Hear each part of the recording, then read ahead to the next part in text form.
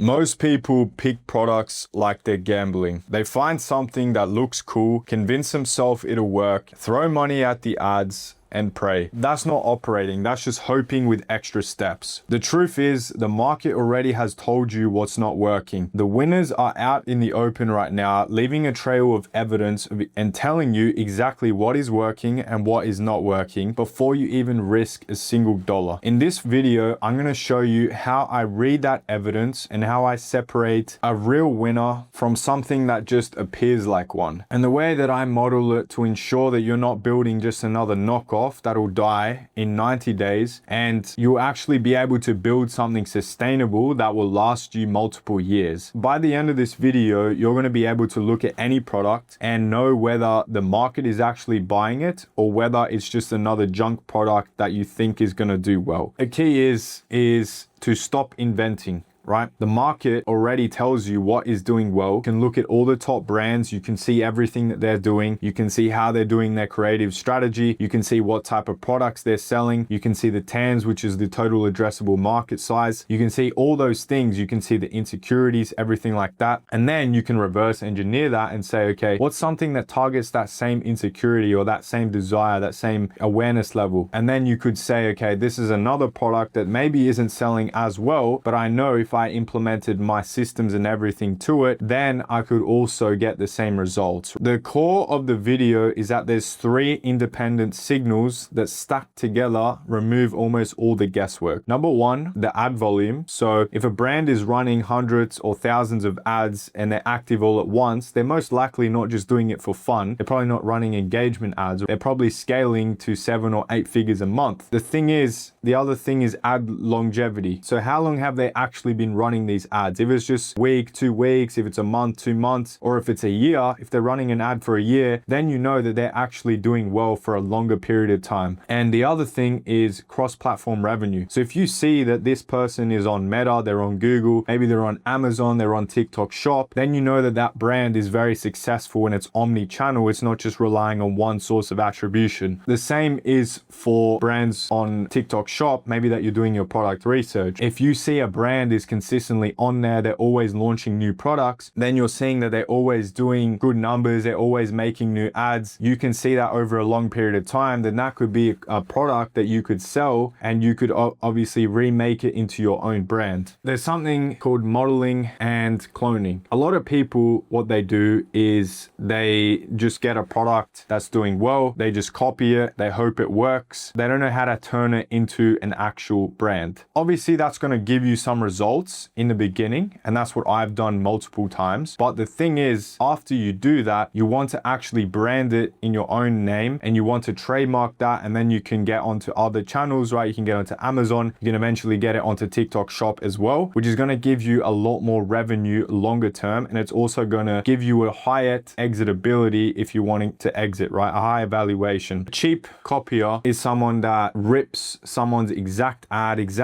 copy, exact lander, and they don't actually have a structure that they know works for them. But someone who actually knows what they're doing, they can see, okay, this product maybe it could be good with a BOGO offer. I could see 30-year-old mums buying this product, or I could see 30-year-old dads buying it, whatever. If they see that, they're going to know, okay, I have a landing page structure that works. I've seen these big brands. I know the system that they use. I'm going to use that to test these products. So now you're thinking like a business owner. You're not thinking like a drop shipper. You're not thinking like a brand owner, and you're saying, okay, I know this product works because a lot of people are selling it, but I'm going to change some things and make it unique so they're not doing it. Maybe it's a different angle that you're targeting. Maybe you got all the ads and you see that they're all targeting a same angle, so you make all your copy targeting that angle on your landing page, and then you change the offer to something that no one else is running so that it gives you an edge over your competitors. Those are just some things that you can think about. Once a product is confirmed, the offer decides whether you actually make the margin or not. So to get to $1 million a month, it's the product. So you have to have a product that consistently sells and has a demand, whether it's an insecurity, a desire, whatever it is. Then you need the offer. So that's what we're talking about now. So you need to know whether the product suits a BOGO offer, a buy 2 get 1 free, or whether it suits a free gifting offer. Obviously, it depends what it is, right? So you got to think and say, okay, what offer would work best with this product? And then you need to test different different offers. Like I remember the first time I hit my first $1 million month, I tested like 30 to 40 different offers before I found one that would consistently get me a higher ROAS than every other offer I tested before. And when you're testing these offers, you don't want to change any other variables. So you want to get your best creatives, chuck them into an ABO, and then in that ABO, that ad set, all you want to do is just have the different offer there. So you just duplicate the product and you would set it to a different price point. You know, you can do free shipping, you can test cheaper with free shipping, you can test a BOGO, you can test a free gift. There's a bunch of different offers. There's probably over 100 if not more offers that you can test, right? But the point is you need to test all these different offers, find something that works. And then once you do it for a long time, you're going to understand different offers that work for different products, right? So you'll be able to see, okay, this product is going to be a buy one, get one free, buy two, get one free. All right, this product is going to be a buy one, buy two, get one free. This product's going to be a free gift, etc. Right? The last thing is reverse engineer. So you can do this with ads, you can do this with structure, you can do this with landing pages, you can do this with anything. But what I would recommend you doing is finding brands that are doing insane amounts of numbers, figuring out, okay, what is their creative strategy? How do they structure their landing pages? How are they doing their content? And obviously the media buying now is not very hard. It's